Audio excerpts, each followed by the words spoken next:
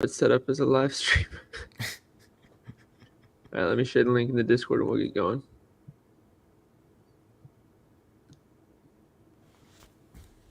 Got a nice 56 views on the last video without promoting it at all. Solid. It's not bad.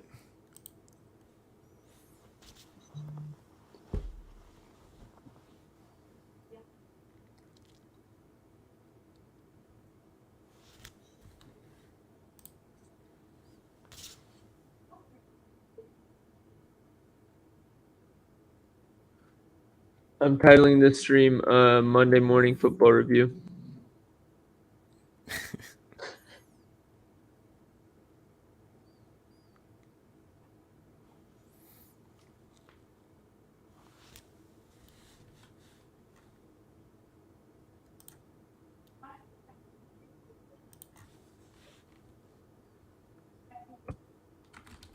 All right, it's in there so we can get going.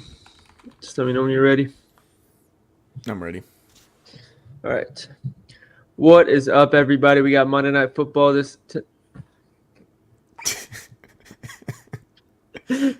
least once a week. Yep. All right. It's Monday. What is up, everybody? We got Monday Night Football tonight. We got two games. We got Eagles-Bucks, and we got Bengals-Rams. I need a haircut. JJ needs some more sleep, and we both need some actually decent primetime games for once. Unfortunately, we're not getting any of those today, but we hope you guys enjoy the show. Let the intro roll through. Let's just go straight to the games. All right, so the first game of the night is probably the more interesting one, at least in my eyes. We got Baker Mayfield and the Bucks going against Philadelphia Eagles and Jalen Hurts. And there's been a lot of headlines about Baker Mayfield actually being good the first 2 weeks. Me and JJ have talked about that when we do our previous reviews of the last 2 weeks. But what can we expect from Baker Mayfield today, JJ? So far, he has been the best against pressure this season. But he's going to be facing a Philly team that is one of the best at getting pressure. So this will be a real good test to see what he can actually do. Because obviously we can go off of what he's done in his career. Obviously he's really struggled in his career against pressure. Maybe he's hit a turn this season. Maybe they got the offense clicking for him. They got actual decent play calling. Yeah, we're looking at you, Bears and Steelers. But, I mean, you got two great weapons on the outside with, well, I guess you want one outside, one inside with Chris Godwin and Mike Evans. You got Philly going to play a lot of cover 4, I believe. They're going to mix it up with everything, They're it going to mix seems it like, up, because yeah. they've had a revolving door of who's healthy and who's not. It seems James Bradbury and Blankenship is going to come back today, which are huge. I think after watching them get thrown on by the Vikings last week, not having those guys, people are going to overcorrect and target all the Bucs receivers. But with those guys returning and a lot of people not paying attention to injury reports, I don't think it's that simple. Now, what's his name? Who's the slot corner? I'm blanking on his name. For Eagles, Maddox. Yeah, Maddox.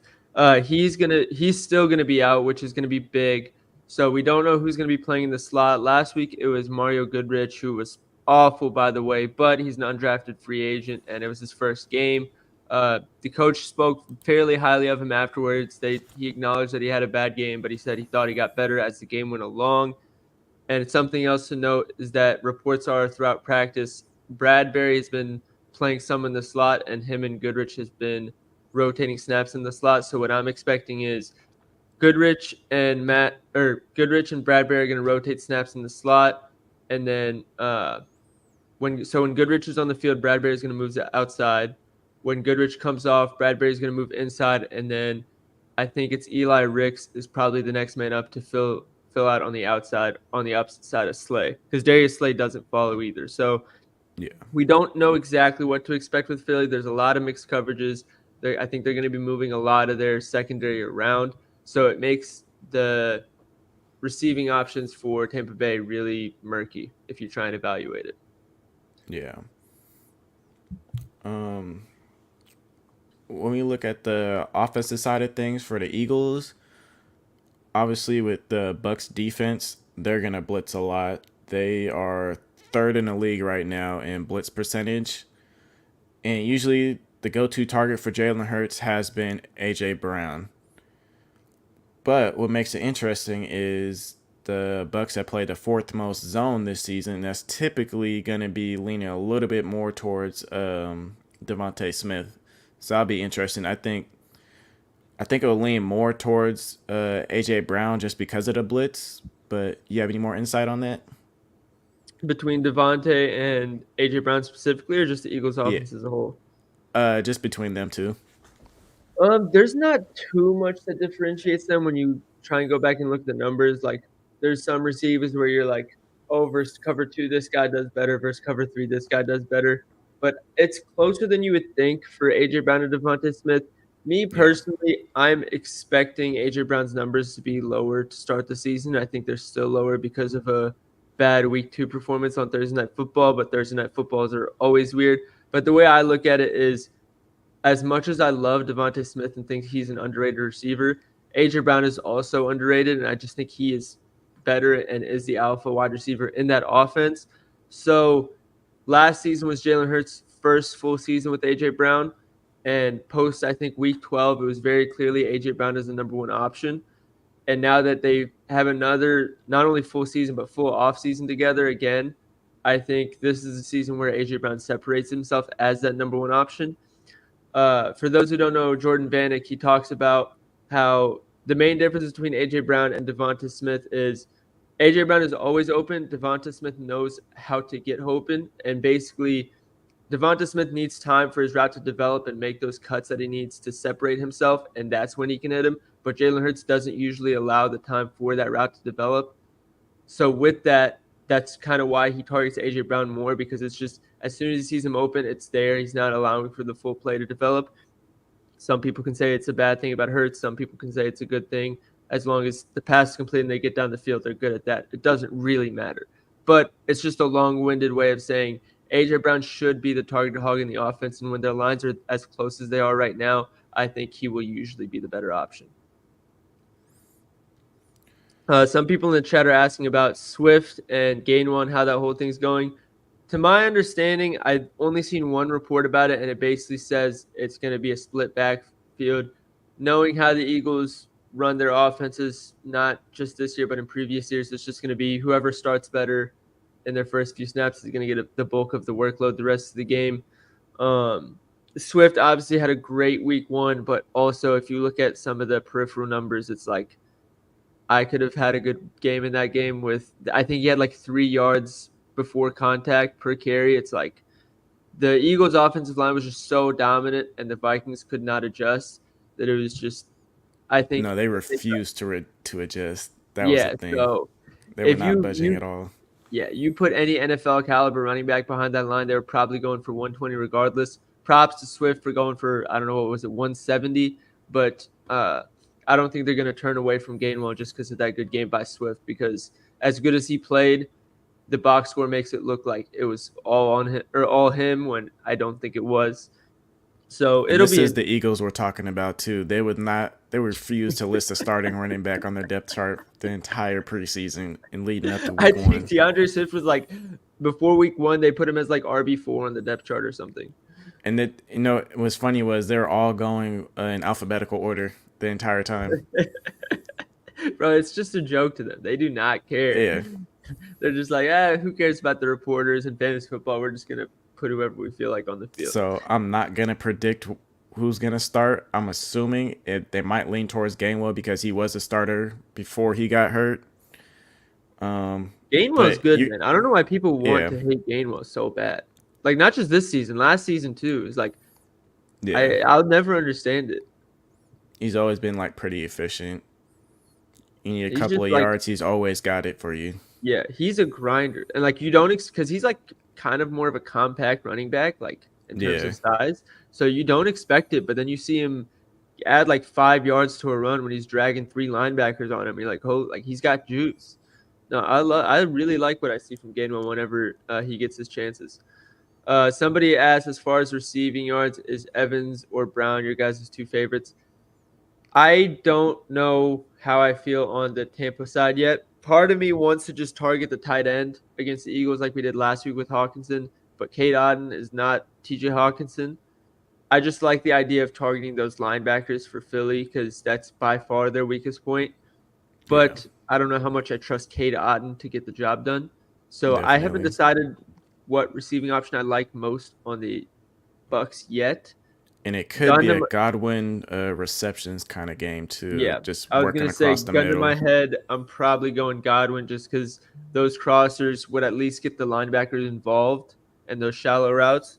And uh, if let's say Bradbury doesn't switch into the slot as much as those reports were saying, and it's just Goodrich playing the slot, I'd love that matchup for Godwin. So if we take Evans, we're kind of playing a guessing game and hoping that an undrafted free agent ends up going out there and Bradbury moves into the slot. And then we're kind of doing the same thing with Godwin, but at least we know that that starting slot corner is Goodrich for now. And then anything that happens outside of that is like rotating defenders. So if Goodrich starts and then ends up only playing like 20% of the snaps with Bradbury moving into the slot, it's like we can only predict so much, like shit happens. But if we look at who's starting, who's likely starting for the Eagles, Bradbury is going to be on the outside, Goodrich is going to be on the inside, and I like that inside matchup for Godwin more than I like it for Mike Evans. As far as AJ Brown for the Eagles, I'm leaning that way. The Bucks situation's kind of weird for me. I can check on who does better versus zone right now. I already have it put up actually. So AJ Brown, 22% targets per route run, 1.3 yards per route run, which is not high for him at all. Devonta Smith, well, this is actually looking at just this year, so the numbers are small sample size. 21% targets per route run, 3 yards per route run. But if I had to guess, a lot of that is coming off of that broken play by the Vikings where Devonta Smith housed it for 70 yards. So if I look at last year and include the playoffs, let's see how those numbers change. And I'll share my screen as well once it finishes loading for you guys. Where's my mouse? Here we go. So hopefully you guys can see that now. But we search Philly. We see, nope, that's DeAndre Swift. AJ Brown, 23% targets per out run, 2.3 yards per out run. And then where can we find Devonta? 22 targets per out run and 2.1. So the stats are not that far apart. Again, if you were listening before, it's really just I'm expecting AJ Brown to go off this season more than Devonta Smith, and I think the Lions are going to be slow to adjust to it until it happens for 2 or 3 consecutive weeks. But it's one of those things where its numbers can only back it up so much. We just gotta read between the lines. But the other thing that I wanted to touch on is JJ talked about Baker a little bit. He's been good versus pressure this season. And what we've been talking about, like in the review of the past 2 weeks after they were done, is Baker got 2 very easy matchups to start the season with Chicago and Minnesota, 2 very friendly pass defenses to go against. And Brian Flores, the new defensive coordinator for the Vikings, still trying to figure out exactly how they're going to run their offense, which left a lot of holes for them to attack and miscommunication. And Baker was able to pick up on signals through, like, while they're at the line of scrimmage. I don't think the Eagles' defense is going to be nearly as simple as those 2 defenses they face. And I also think they're going to be way better at getting pressure. So when you're in a situation like Baker is, in normal matchups or bad matchups, you're going to rise up to the level of the talent around you. So when you have Micah Evans and Chris Godwin and Rachaad White, you're going to look very good. When you're playing defenses that are really good and are going to not only make you work to complete passes, but make you work and try and trick you before the snap and run 10 different coverages on you, the quarterback has to be the difference maker. And this is going to be the game where we find out if Baker can be the difference maker. History has told us that he isn't going to be. But again, like JJ said, he's been stepping up. So We'll see how that goes. I'm tempering my expectations because, like we said, we expected him to have a first good 2 weeks. Everybody talks about, oh, is Baker actually good again? What can maybe the Bucks are threatening the playoffs, and then we always knew it was going to be week 3. That was when we were going to get a better picture. So we'll see. For props, I'm leaning Godwin and AJ Brown. Don't have much stats to back that up. Part of me likes Rashad White and Cade Otton, but that whole situation is super murky. If you want to know exactly what picks to take, I should be posting on Twitter here soon, so keep an eye out for that. You got anything else you want to add, or should we move to the next game? Move to the next game. All right, we got Bengals Rams, and we just gotta ask JJ, are the Bengals okay? Like, they were damn near Super Bowl contenders the last 2-3 years, and now they're 0-2. In my opinion, they have a very good chance of being 0-3 here.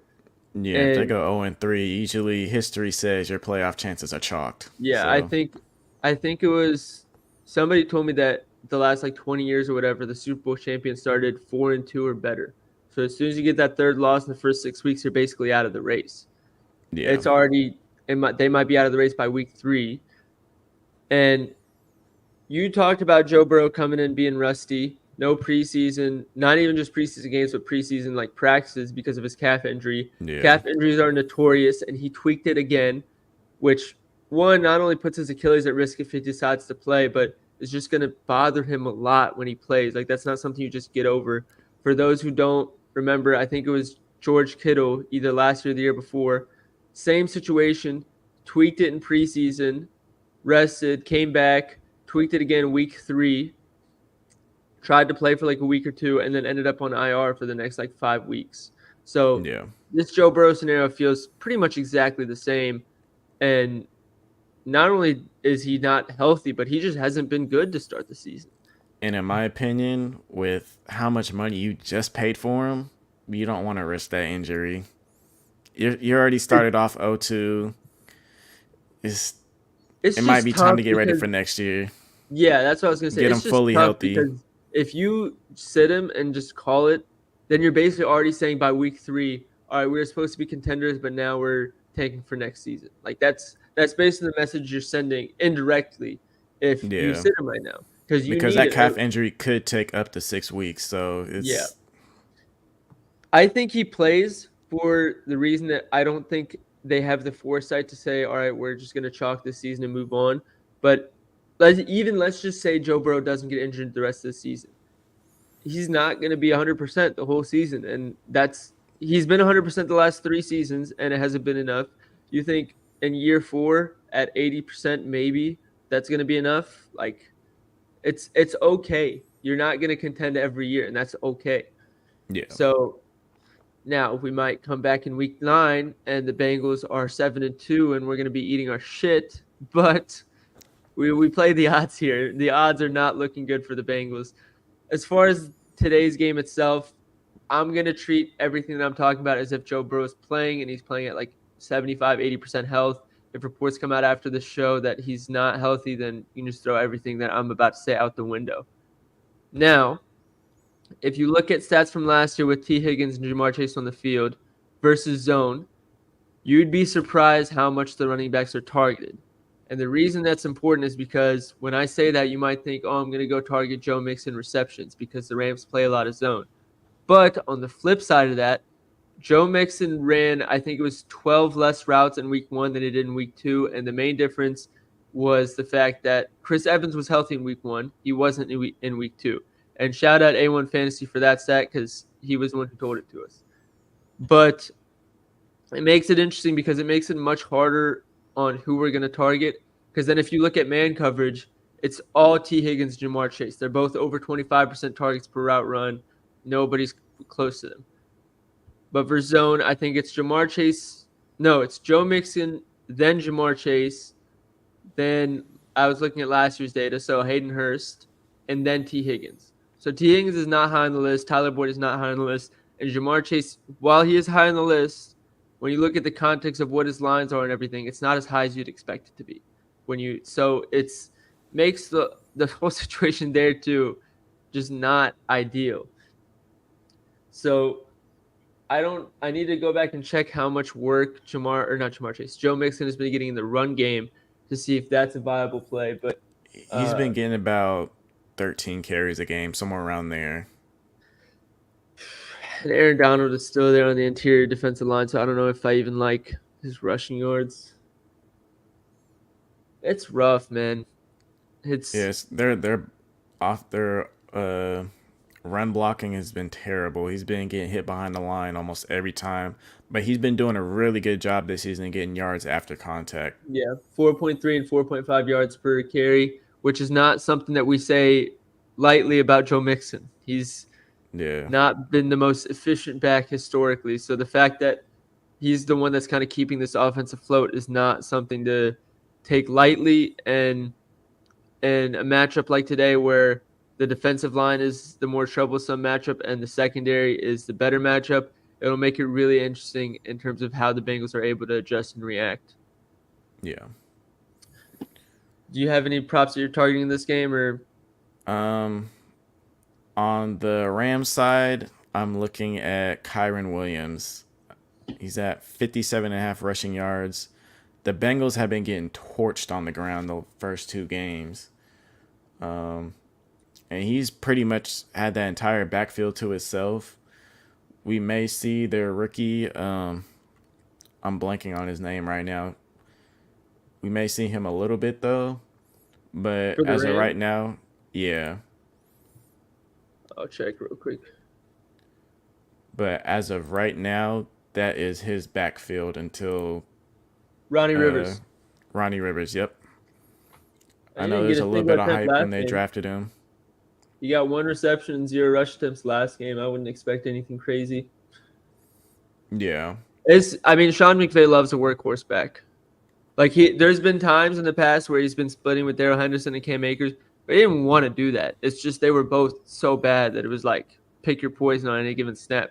But when he has one back that he likes, he wants to feed them 20 touches a game. So if Yeah. he likes Kyron Williams, and it looks like he does, expect a nice workload for Kyron Williams. The only thing for me, the only one and only reason I wouldn't play Kyron Williams is the fact that I think the Bengals secondary, especially their safeties, are bad. They're really bad. So basically, I like to target that. I mean, you saw, I think it was Amari Cooper had a great game versus them. I'll put it up on StatMuse. Not versus Browns, versus Bengals log. Share the screen here.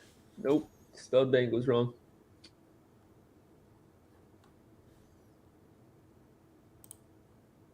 Nelson Aguilar of all guys went 5 for 6 for 63.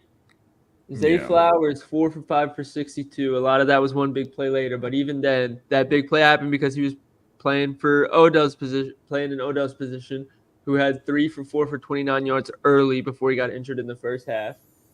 Then you come here, look at the Browns. Amari Cooper 3 for 7, 37 yards, got hurt, but 7 targets is encouraging. Elijah Moore 3 for 7 for 43 yards. He's been getting a lot of shallow work, but once Amari Cooper went out, he took some actual routes for once. That game as a whole was incredibly slow, and Nick Chubb gassed him. So then we look at running backs versus the Bengals, like JJ's talking about, and you basically fall in love with Kyron Williams because Gus Edwards, 6.2 yards per carry, Justice Hill, 3 receptions for 12 yards, Nick Chubb, 18 attempts for 106 yards. It's crazy, by the way, because we didn't talk about this enough when it happened. To go 6 yards per carry on 18 touches on 18 rush attempts specifically, is unbelievably efficient because I don't think he Yeah. had any big breakaway run. Like, he didn't have any 40, 50-yard run. They were just consistent, like 10-yard, 5 to 10-yard rushes. It was unbelievable. Yeah. So if that's happening, you have to think, and then the Ravens did it too. I don't know how confident I am that the Bengals' running scheme and their blocking scheme is going to be as elite as those two, but it is very encouraging to see. One thing that I found, Jacob Gibbs pointed out that the Bengals have allowed a league high 219 rushing yards on man gap concepts in this season. 83% of Williams' attempts have been man gap concepts, and his rush rate success is 67%, which ranks second among 27 qualified running backs. Love that. All right, let's wrap this up. And let's talk about our favorite bets to target. So we'll talk props first, since we know that's what a lot of you guys are here for. JJ likes Kyren Williams. I support it. I don't know if that's the one I'm going to be playing yet, but 100% see the vision and agree with it. That's on the Rams side. Puka Nakua's, his lines are still really low. He's at over 20 targets in the first 2 weeks. The only other rookie to do that was Odell Beckham Jr. His volume's unbelievable. Let's get rid of that. His volume's been unbelievable. He was in the Breakfast Club with Matthew Stafford and Cooper Kupp, which is something we would have loved to know before the season, but we know that now. So his lines are super low. The volume's there for sure. On the Bengals side, with Joe Burrow being out, it makes everything or Joe Burrow maybe being out, maybe not. We don't know yet. Makes everything super murky. Joe Mixon's volume and efficiency has been surprisingly really good. Jamar Chase and T. Higgins weirdly don't get a lot of volume against zone. It goes more to the running backs, and that's what the Rams run a lot of. I don't know what I'm targeting yet on that side, but that's something to keep in mind when you're making your own plays and maybe telling other cappers that are posting plays. For the Eagles-Bucs side, going only based off who should be starting, the weakness for the Eagles is going to be their slot corner and their linebackers, which makes Godwin and Cade Otton two pretty nice targets. But the Eagles mix up a lot of things, so it's going to be very interesting to see what they actually play. I wouldn't play anything for big units for the Bucs pass catchers because it gets super weird there. If the Eagles do decide to mix it up, and then you're like, well, shit, they're doing something unpredictable I couldn't have expected, and then it's like, we told you that they were going to do something unexpected. So keep an eye out for that. Baker, big moment of truth for him. I think if he does well this week, then I'm ready to buy into the fact that he turned a corner. But I wouldn't be surprised in the slightest if this is the one where he finally gets exposed after playing two horrible defenses in Chicago and Minnesota. On the Eagles side, Gainwell's back. Expect him and Swift to split carries. Whoever has the better first 4 attempts or whatever is probably going to get the rest of the workload. So it's a guessing game there, just knowing how the Eagles run their business. The offensive scheme as a whole has not been as great as last year for the Eagles. But, I mean, they still have A.J. Brown. They still have Devonta Smith. They still have Jalen Hurts. They're going to be fine. I think A.J. Brown's still the alpha wide receiver in that group. So when him and Devonta Smith's lines are that close, I lean A.J. Brown, but the numbers support the fact that they should be pretty close in their lines. So pick your poison there. I'm going to look into it deeper, and hopefully I have a better answer for you guys. But at the same time, I'm not going to force anything if I don't see any value. JJ, you got anything you want to wrap up with before we talk about some of the game sides we lean? I mean, you kind of summed everything up from what we talked about these games. For props, as of right now, Kyren Williams, 57.5. I will be playing that. As far as other props, I still want to look into more because everything's a little bit murky. But I will be posting that later this afternoon, probably a few hours before the game or so. Love it. As far as games, primetime unders have been hitting a 60% rate since the last 5 years. So just by default, I'm probably going to lean that way. I think in the Bucs-Eagles game, if Baker does shit the bed, and I really don't believe in that Philadelphia offensive scheme too much yet, I think that play caller is still growing a lot. So even without that system, I'd probably lean the under there. For the Rams-Bengals, with Burrow being as iffy as he is, and I think that Bengals offensive line is outmatched. Don't expect too many points from them. And on the Rams side, they've been running so many plays in the past just by the nature of the teams that they've been playing in the past 2 games. So assuming they're not running 80 snaps or whatever crazy number it's been, they're probably not going to be putting up. They put, 23 last game? I don't remember how much it was versus the Seahawks. Was it 31? Yeah. they've been scoring a lot of points, but they've also been running a lot of plays. So it'll be interesting to see if the Bengals limit that or not. But yeah, for the totals, lean under for both off system, and then I think that they make sense just from a play scheme standpoint. In terms of the spread, honestly, I'd probably take by the Rams juice up to 3.5 plus 3.5 just to get that field goal. Because I think that's there we go. There we go. That's Right on cue. hilarious. Right on cue. So yeah, I'd probably go Eagles -5, Rams +3 if I'm putting my money on it. I might throw a nice little fun parlay in there of those two. But yeah, I think Eagles should at least get a touchdown advantage of respect against Baker. And I don't know, even with the Burrow playing, because I know the line moved from 6.5 to 2.5 once Burrow got injured. Even with Burrow playing, I don't know that they should be heavy favorites. The Rams have pleasantly surprised me. I don't think they're great, but I was Low expecting them key, to be I a lot have the worse. Rams winning this game. Yeah, exactly. Oh, yeah, actually, that's the other thing. So just for the sake of talking even lines, I'll say +3. But usually when you're taking an underdog that's less than 10 points, just take their money line. It's not going to win for you every time, but over time, you're probably getting more value that way because people love betting the favorites, putting their -170 in a 4-leg parlay, and then it ends up juicing the line a little bit and giving you value.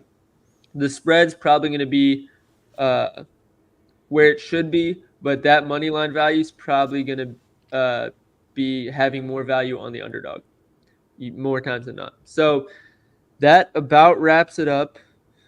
Hope you guys enjoyed the show. I think we got one more. Somebody asked if we could list off the props. So yeah, we just did that.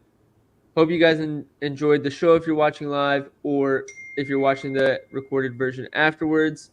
But thank you guys for tuning in. Make sure you follow us, Dr. Profit and Jay Sleeper Stats on Twitter. Good luck this weekend, and we'll be reviewing the entire Week 3 slate tomorrow, so make sure you tune into that. Everybody show some love to JJ. Take care.